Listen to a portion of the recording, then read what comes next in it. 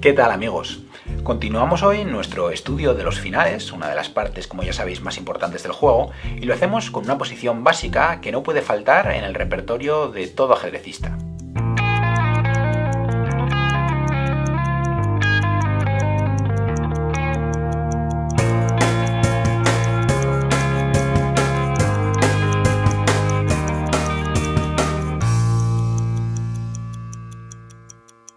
El final de la dama contra el peón en séptima es uno de los más importantes en ajedrez.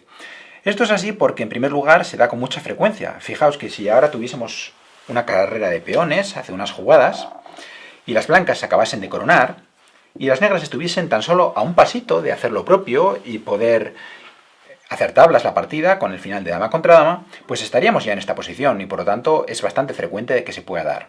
Y en segundo lugar porque es algo muy rentable, porque es que no requiere mucho esfuerzo poder entender este final y aprenderlo bien. Así que yo creo que todos los que jugamos al ajedrez pues deberíamos conocer este tipo de finales. Así que vamos a ver ahora este final, las reglas generales y algunas excepciones. Ya os adelanto que no es lo mismo que el peón sea de dama, de rey, de caballo o de alfil y de torre.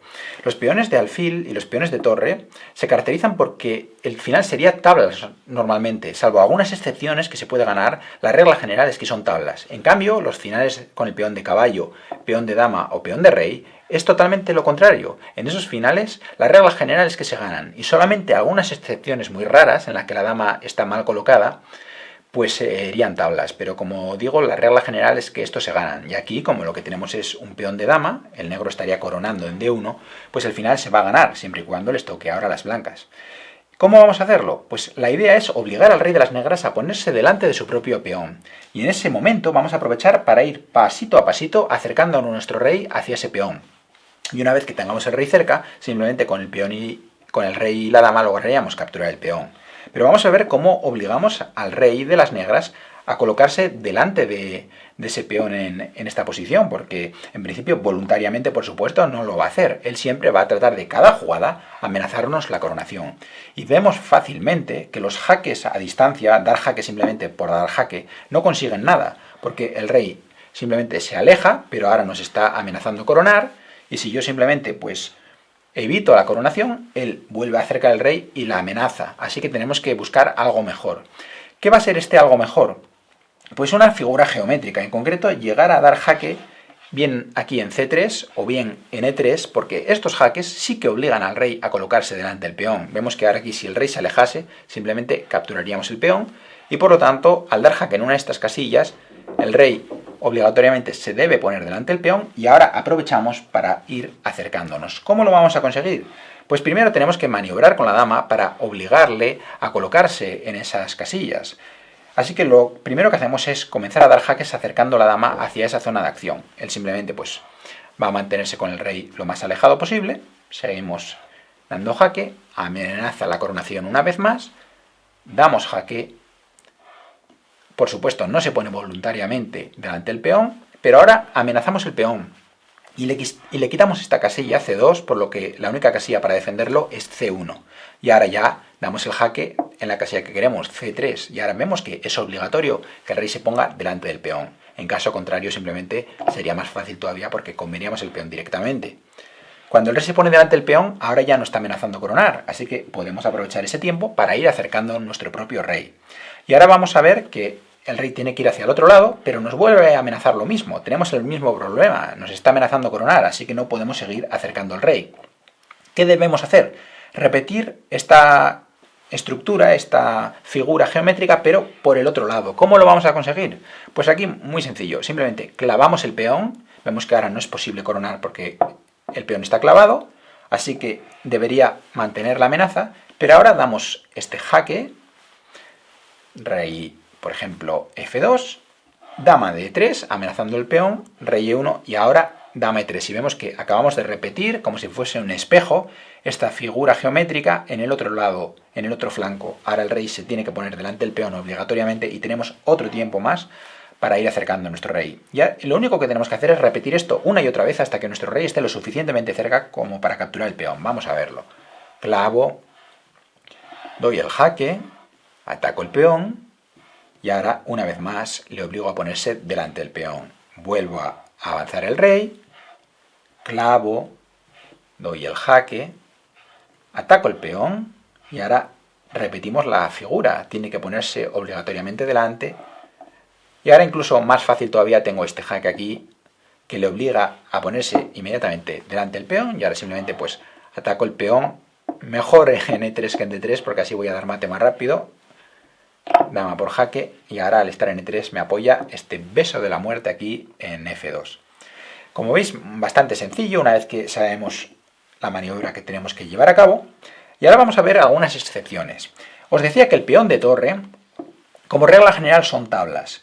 Y vamos a ver que existen también algunas excepciones aquí y se podría ganar. Imaginaos, por ejemplo, si yo tengo la dama en esta gran diagonal, ganaría fácilmente porque metería la dama delante del peón y ahora, bueno, aquí estaríamos comiendo el peón porque es jaque, pero aunque el rey estuviese habilitado para defender el peón, simplemente iría poco a poco ahora acercando mi rey sin problemas y lo acabaría capturando.